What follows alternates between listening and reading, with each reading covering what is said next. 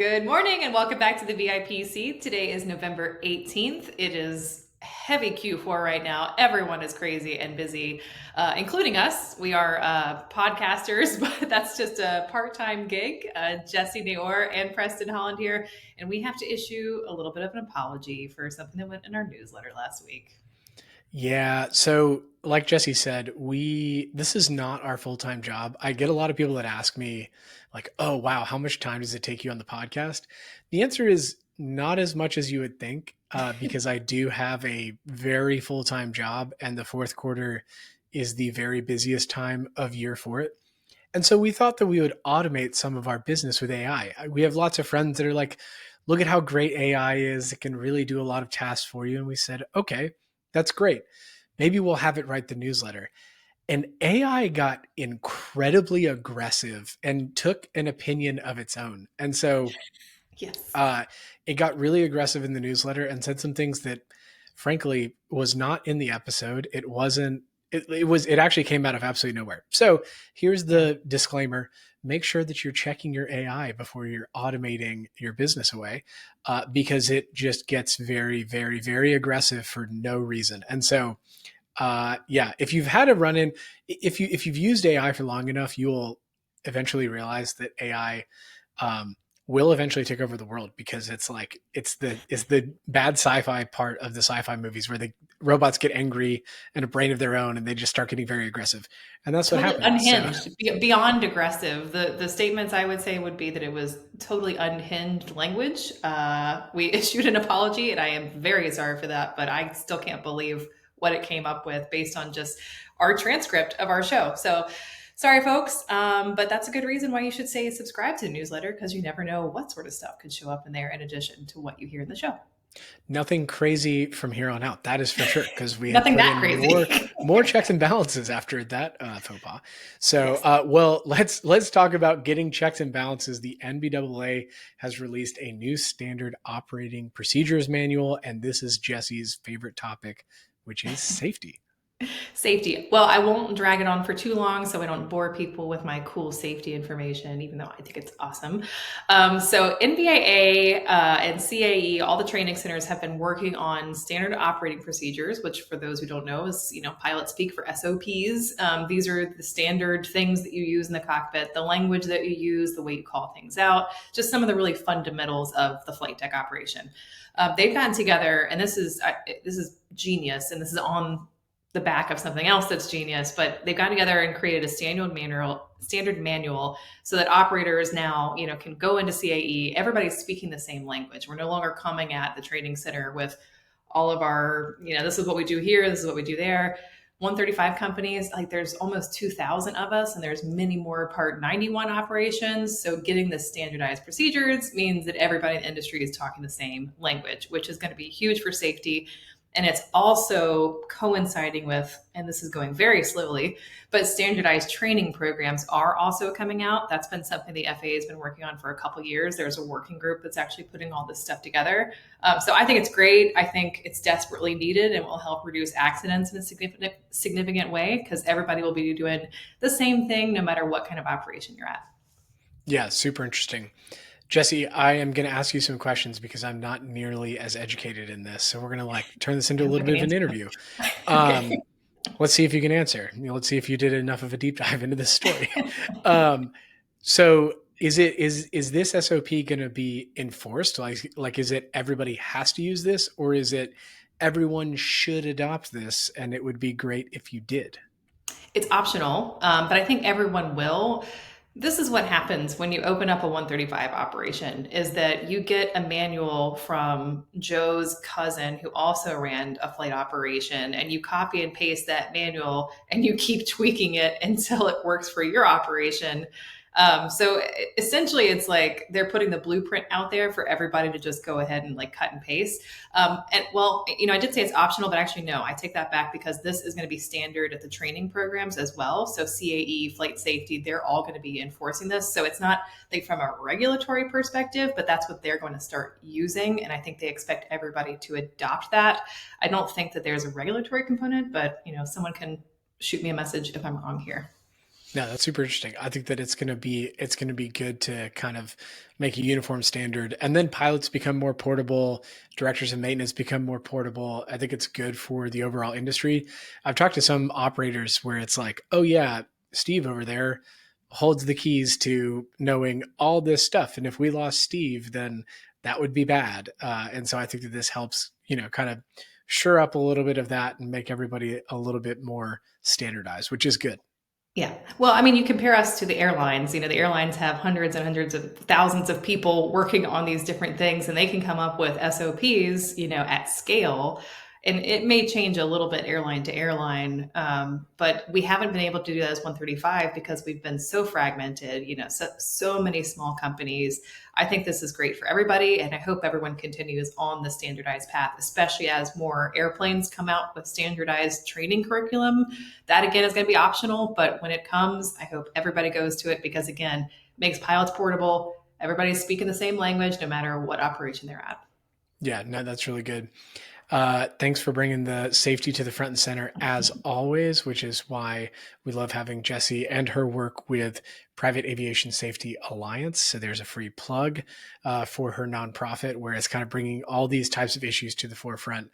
And, the VIP seat loves supporting those. Well, it is time for everybody's favorite segment, which is our Mile High Madness, which is where we bring the best of social media front and center to you, the listener, and we bring either funny or ridiculous or outstanding things. A lot of times it's detailers. I didn't bring a detailer one this week, just to be clear.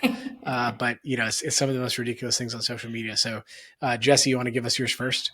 Yeah, I'm actually very excited about this, not only for purposes of the show, but also because it's been a major mystery that I have been curious about for my entire aviation life.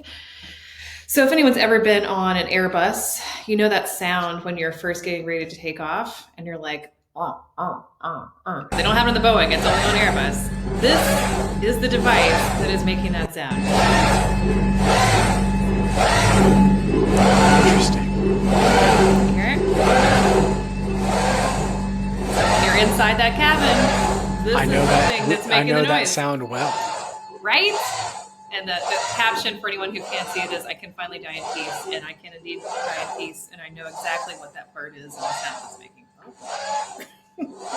That is awesome.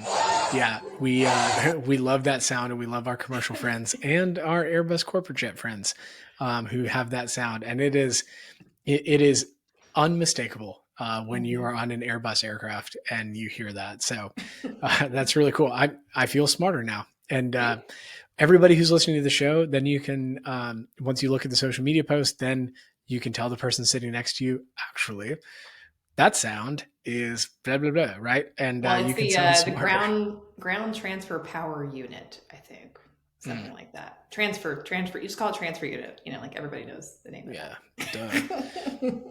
Well, mine is probably the most ridiculous paint job I've ever seen on an airplane. This is from Twitter. And so he made billions rating Swiss companies.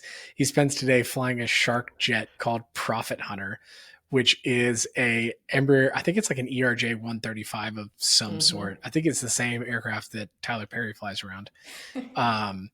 But he's a corporate raider, and this thing is ridiculous. I mean, this looks is real. Like this isn't AI. This looks like AI to me. It totally does, but no, it is indeed real. This is the Profit Hunter, and it's my friend Eli Lever, who always comments on paint jobs. Anytime I post a photo on social media, he's like, "The paint sucks."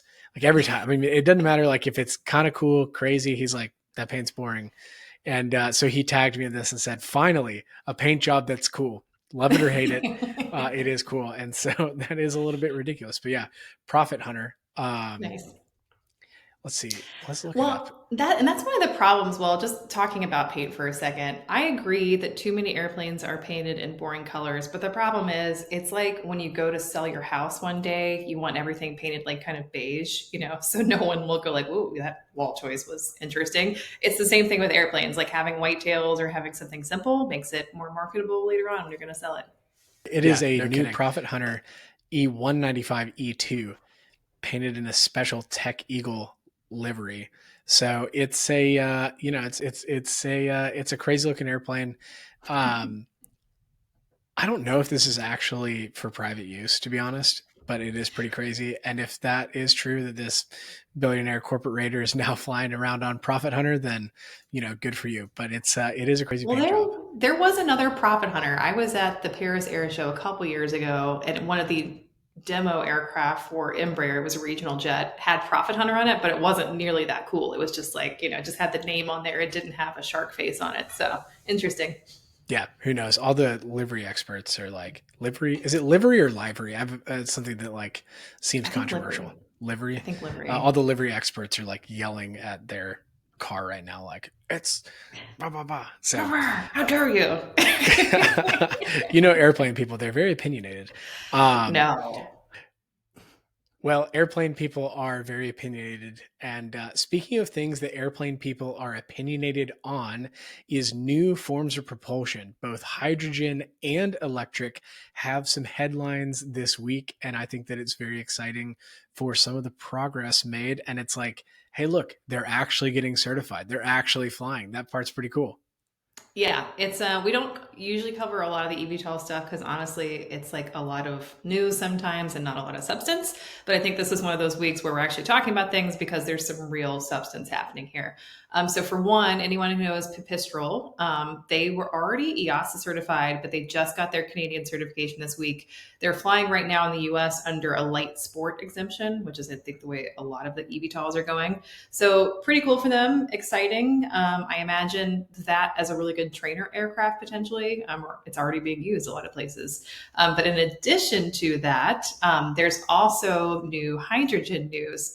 So a lot of people have been naysaying on the battery technology just because of, battery technology is where it is and we haven't really made any advancements. But now there's actually a helicopter that's been equipped with hydrogen fuel cells and is being powered that way. It's on an R44 platform. The company is called Unither, which is a subsidiary of United Therapeutics. Yeah, no, I think that hydrogen is the actual future for sustainable aviation. That is a pretty hot take. But if you look at the chances of sustainable aviation that can actually create, because of the weight to power coefficient, and if you look at that in kind of the electric world, I just don't think it's ever going to make sense. Like you don't have an exponential decrease in weight from batteries. And so hydrogen presents this opportunity for there to be an exponential decrease in the cost of propulsion. So I wrote about this. I wrote an article basically talking about how democratizing aviation is not going to happen until we come up with a really cheap fuel source. And I think that if you look at hydrogen, it has a chance. It's not there yet. It's still really expensive to fly with hydrogen propulsion, but fossil fuel is never going to exponentially get cheaper. But I think that hydrogen has a chance to get exponentially cheaper. And so that's why I'm excited about hydrogen. The challenge with hydrogen is the storage of it is really, really difficult. And so that's, I think, one of the interesting things about this is you kind of look at the range that has been being talked about in these Robinson platforms is that range coefficient is probably due to like, how do you store all this hydrogen really densely? Like it's not very dense. And so like, where do you store it? All that kind of stuff.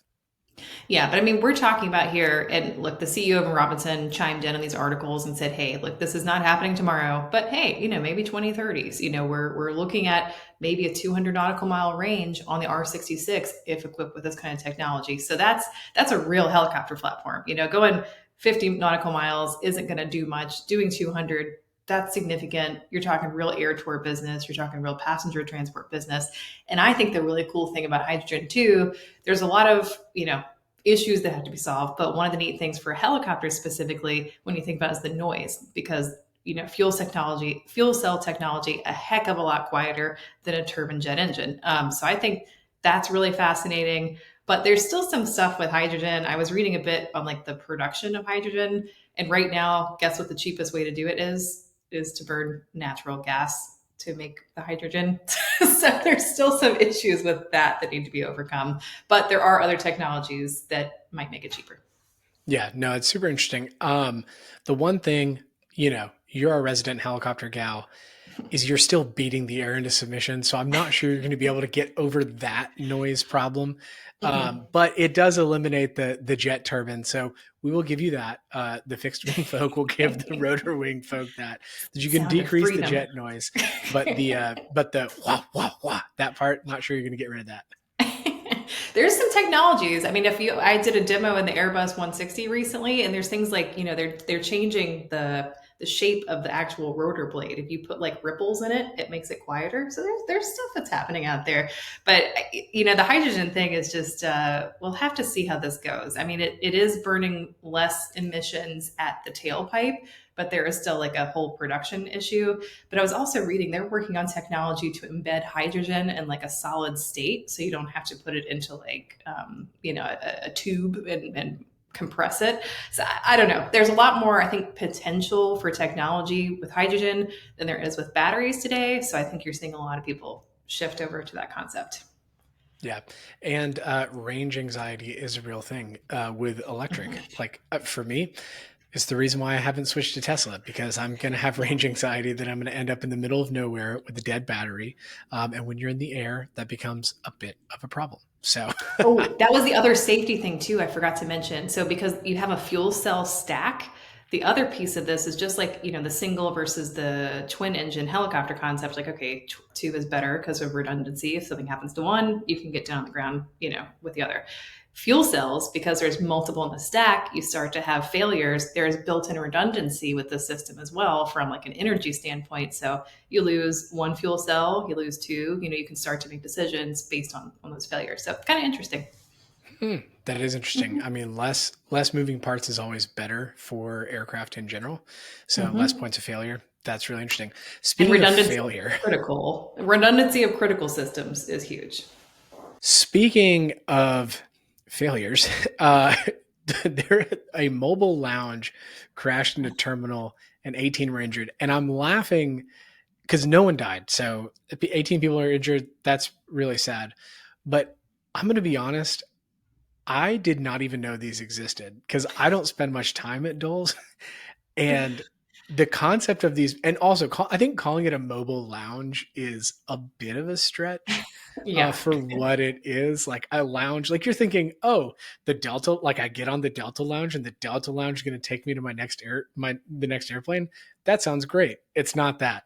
And it crashed into a terminal. Yeah, so this is not, again, private aviation news, but I have an axe to grind with Dulles Airport over these stupid people movers, so I'm covering it today. So these things, they carry 102 people. If you should look up a picture of them, but they're like these giant white trucks on like high wheels. But you get off the airplane, you're already miserable coming off an international flight, for example. You get shoved in there. There's only seats for like 50 people, but they shove over 100 of people in there.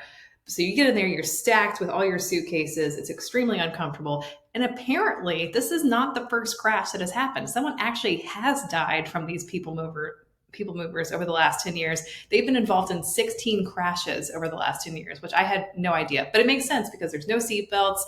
You're just randomly thrown into this thing and moved from terminal to terminal. But if anyone's ever flown internationally into Dulles, you know that that's the worst thing. Right before customs is getting shoved into one of these things. And then it's chaos getting through customs after that. That is a lot of, like, that's a huge accident rate, I feel like, for something that exists inside of commercial aviation, which touts. So arguably, it is more dangerous to get on the people mover than it is to be on the airplane. Like, if you're talking Probably. statistically, it's probably more dangerous to be on the people mover. That's Yeah, I mean, I terrifying. can't. The visibility must be bad for the drivers of these things because, again, I mean, you're going like from one side of the airport to the other. Like they're up really high. They probably can't see the ground vehicles. And I think in this case, like this thing was at speed, ran into a wall. I don't know if they just weren't paying attention or if brakes were an issue or something. But these things are ancient, and it's time to get rid of them. Yeah, I mean, surely there's got to be a better way to move people. I mean, I don't know. Every other airport that I know of, you Trains. have, yeah, trains, or you have the dueling, the jet bridge that, like, okay, now you have to go to the controlled area and walk to customs. Like that kind of feels, Mhm. I don't know, probably like the better way to do it than putting people on basically like what looks like a moon. It's like, it looks like a lunar rover is what the It thing does looks look like like. a Like giant lunar rover. it's crazy looking. So, Yeah. um, well, the good news is you can now skip the people mover altogether and fly your private jet into the 12 airports because the FAA is back open, or Finally. the FAA has reopened, started paying everybody, which is good. Again, I am of the standpoint, I really don't care which side of the aisle you're on. Let's go ahead and say air traffic controllers and TSA agents get paid regardless if the government is shut down or not. Like Yeah. 100%, whichever party wants to pass that, you got my support. But No, it's back open. you couldn't even be mad at like the TSA lines. Like the last couple weeks was like, well, they're not getting paid, so I guess I really can't sit here and complain. But yeah, it was horrible. I mean, that what a crazy time, and also just for private aviation, I think that set a really really bad precedent. I mean, this is the first time there's ever been kind of a mandate like this before.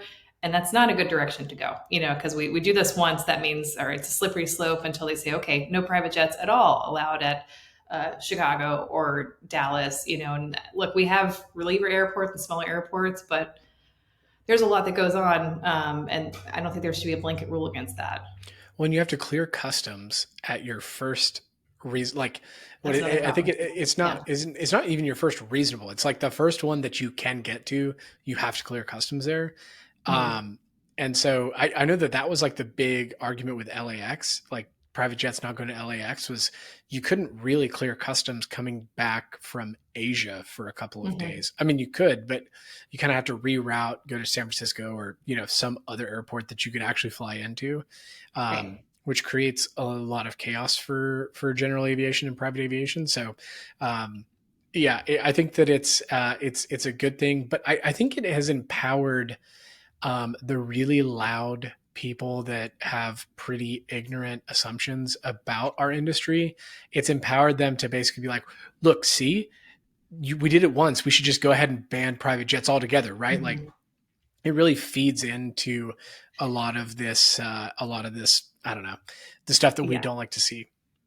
Yeah, I did a bit of a deep dive on this because Doug Gollin wrote a really good article about this. It's the Patriotic Millionaires. This is some PAC group that's, raising all sorts of issues for mostly left leaning causes. Usually hating private jets is a left leaning cause. I'm just saying.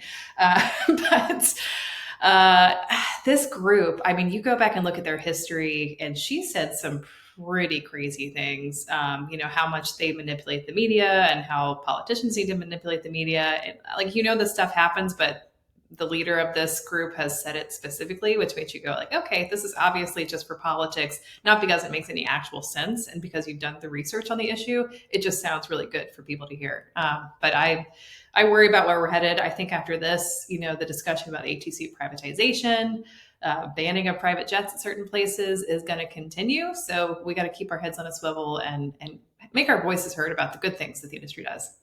Yeah, exactly. Speaking of good things, it is time to bring back the M&A gong. And the funny part about the M&A gong is my daughter loves to ring the M&A gong when we're not live on the show, and she has misplaced the mallet. So I have my Sharpie to ring the M&A gong for Freeman Amazing. Holdings, who has acquired a Waco, Texas FBO, the only FBO in Waco, Texas. So Freeman Holdings Group has been on a buying spree, and they have recently purchased the Waco, Texas FBO. For those who don't know who Freeman Holdings is, they are the largest franchisee of millionaire FBOs. This one will actually be branded Freeman Jet Center Waco. They acquired Texas Aero FBO at Waco Regional Airport, KACT, for those who are curious. And this was already effective. So this has already been done. They've already started to rebrand. All the employees came over, but it is just another sign of FBO M&A, which is showing healthy signs. I mean, I think that FBO has been the most active this year from an M&A standpoint. I mean, that is a gut feel. That is not. I have a lot of statistics, but there has been a lot of activity this year in FBO M&A, and this is yet another activity in this space. So super interesting to see that happen at Waco. And I think that the Freeman Holdings strategy seems to be go to an airport that has one FBO and buy the FBO. I mean, if you look at a couple of their other transactions that they've done, they're a top 5 FBO operator now nationally. And a lot of the other ones they've done in Texas have been one of one type acquisitions. Mm-hmm.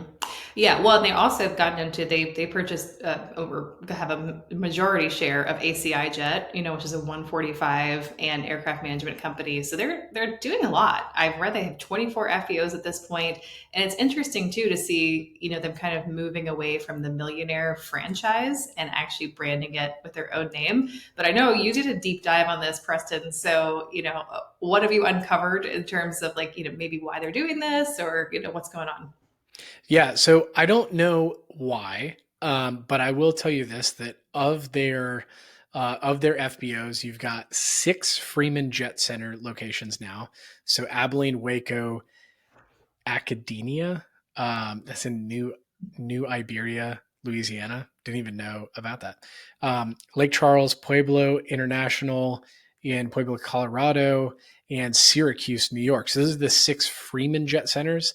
They also have 15 Millionaire locations. This is one thing that I think a lot of people don't understand, is that Millionaire is a franchise. So it is not, they are not all corporately owned. There are corporately owned Millionaires, but then there are franchised Millionaires. And then 3 ACI Jet locations. So John Wayne, San Luis, California, and Oceano County, L52, California. Those are the 3 ACI Jets. So if you look at what the Freeman Group is doing, this is adding to the Freeman Jet Center branded FBOs. So I don't know if that's diversification. It's probably, I don't know, it may have something to do with fuel, I would imagine. I don't know that to be an answer, but it usually in the FBO business, it all leads back to fuel at the end of the day. Yeah. Oh, I think it's interesting too. So if you go to their website, you can actually see the whole leadership team. All right. So Chris Freeman is the original founder of this business. And I think his first Millionaire was established back in 1985. And his son, Scott Freeman, is now the CEO. So I always have to wonder too, in this situation, all right, is this the family kind of building this into a legacy business? Maybe they used to do the franchise thing, but the son's coming in and says, hey, I want to do it this way. I mean, this is all speculative. We have no idea, but it's definitely, they're definitely making moves and some significant moves. I was also super impressed with the fuel farm that they have in Moses Lake is 3 million gallons. 3 million gallons is unheard of for FBOs, but apparently there's a bunch of commercial activity up there. So they're not only in the private aviation space, they're betting on the airline and Boeing and other stuff as well. It's always bigger in Texas. No, this is Washington, Seattle. Oh, this is Washington, Seattle. Yeah. Well, they have a lot of concentration in Texas. So they do. They're probably taking the Texas idea nationally, making sure that that's known. Yeah, there is. So the last 2 acquisitions they've done. So this one, Texas Aero, is now rebranded Freeman Jet Center.